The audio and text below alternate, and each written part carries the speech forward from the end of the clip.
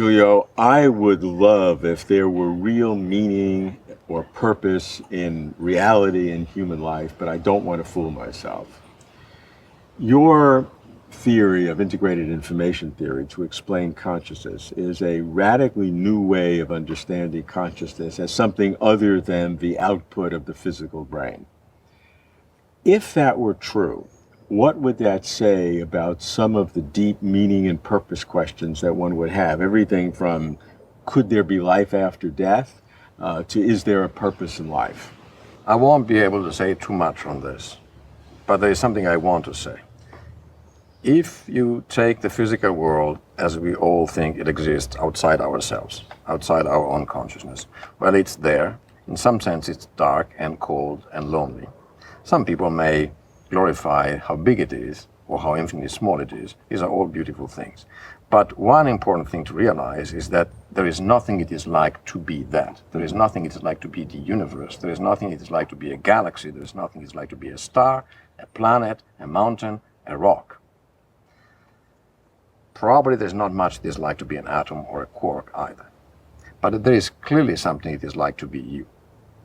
And presumably an animal and certainly another human being. So now if you take this perspective, which is really why integrated information theory says consciousness is information from the inside, it's intrinsic information and it is a shape, okay? Now just think of this.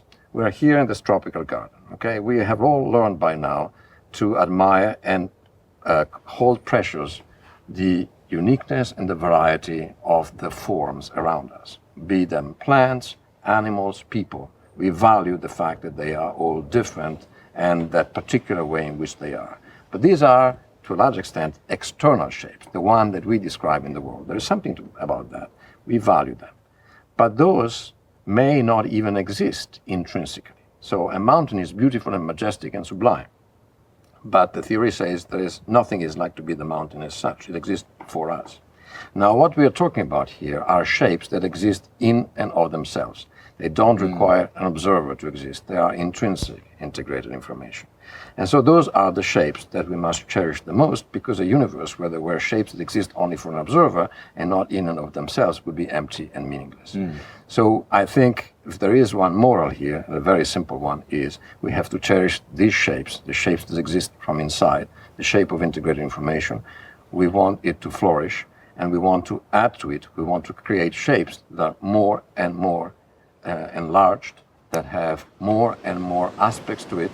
After all, I said a shape is a maximally reducible conceptual structure. That's meaning itself. It's made of concepts and they have to live together within the same shape.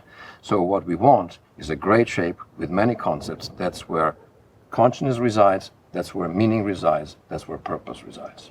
Okay, if I have this qualia shape, is it in principle possible in any form whatsoever that that could survive the physical death of my brain? Not the way I think of it. I think you need a physical world out there. It's a postulate, that may be wrong, but we have all reasons to believe there is something out there. It must satisfy certain properties. If that dissolves, consciousness will dissolve it is, because in the end it is an identity that I'm talking about. We obviously know that it exists, this quality space or this consciousness identity. Is that a pure accident in the universe, that it just happened, that this universe happened to have these things, and if you rolled the tape back and ran it again, maybe it wouldn't have occurred? Or is consciousness something special in the universe? I cannot answer that. That is something special, there is no doubt about it, because it's the only thing it is like to be, and it's the only thing that exists intrinsically. I like to say it's the only thing that's really real, as opposed to merely real. It is something it is like to be you. But what I can tell you in a very simple-minded way is that if we try to simulate some organisms, they're called animals, that evolve in an environment, and if the environment is rich enough, what you'll tend to see, at least that's what seems from these initial explorations that we are doing together with various colleagues, well, it seems that structures evolve that happen to have a higher value of integrated information.